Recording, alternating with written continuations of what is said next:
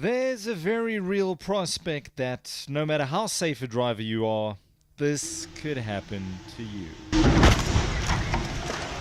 If I am involved in a crash, will I get out of this vehicle? Will I walk away from it unharmed? Will my passengers walk away from it? Those are pretty obvious questions. The answers, however, are not as simple.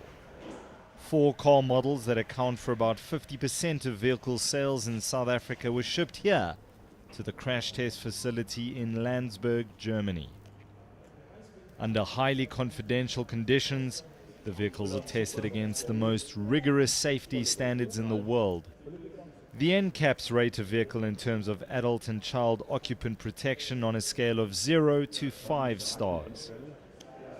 2 adult-sized and 2 child-sized crash test dummies are meticulously placed in the vehicle in strictly standardized positions.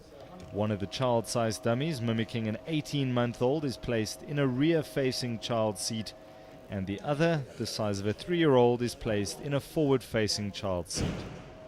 Paint is applied to all the dummies so that contact with any part of the vehicle during the crash is easily spotted. The Hyundai i20 is sold in the European market with 6 airbags as standard. European legislation makes that a minimum requirement. The same model sold in South Africa has only 2 airbags as standard. The guys have done their final checks and were about to send the car hurtling into a barrier at 64 kilometers an hour. Let's check it out.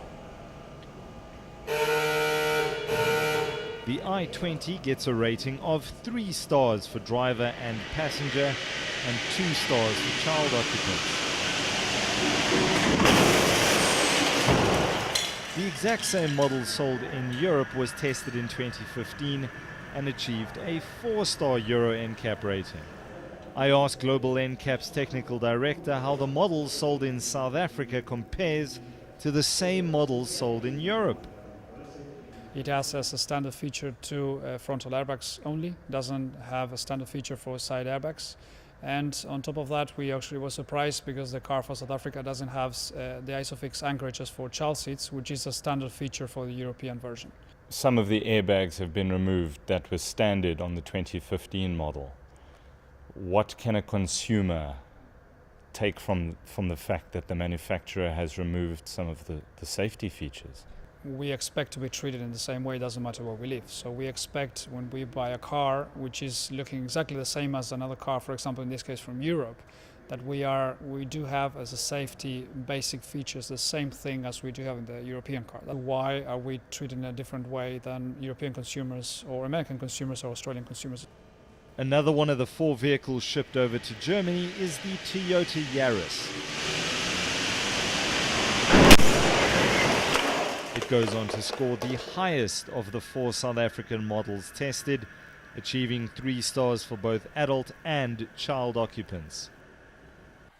There are almost 850,000 accidents on our roads every single year, in which more than 14,000 people on average die annually.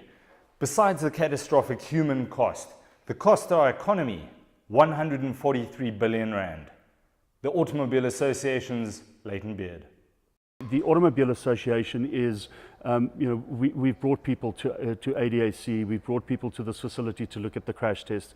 We definitely want to get this message of safety out to the public. We want people to be aware of it, and I think, we're only starting on that process now.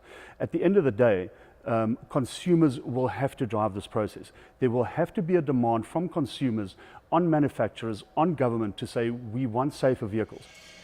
There clearly aren't the same minimum safety standards for manufacturers selling to the South African market as compared to other markets. Global NCAP, in partnership with the AA, last year launched the #SaferCarsForAfrica project, raising consumer awareness that some cars aren't equal, even if their badge and model is the same. What we're doing with Global NCAP in South Africa is starting to push for that. But we need to create a demand in the market. What we're doing is offering consumer information, independent, so consumers can take a decision, fleet managers, and voluntarily, not waiting for regulation, they can speed up the process. In South Africa, for some models being sold locally, if you want additional airbags or electronic stability control, for example, you have to pay up. But should we? And safety shouldn't be an optional extra on a vehicle. Safety shouldn't be something that you pay extra for. There should be a minimum standard.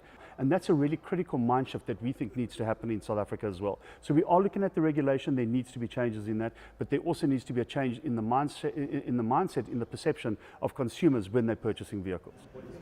More to come on the ratings of the two other vehicles, the Nissan NP300 hardbody and the Kia Picanto. Michael Appel at the crash test facility in Landsberg in Germany.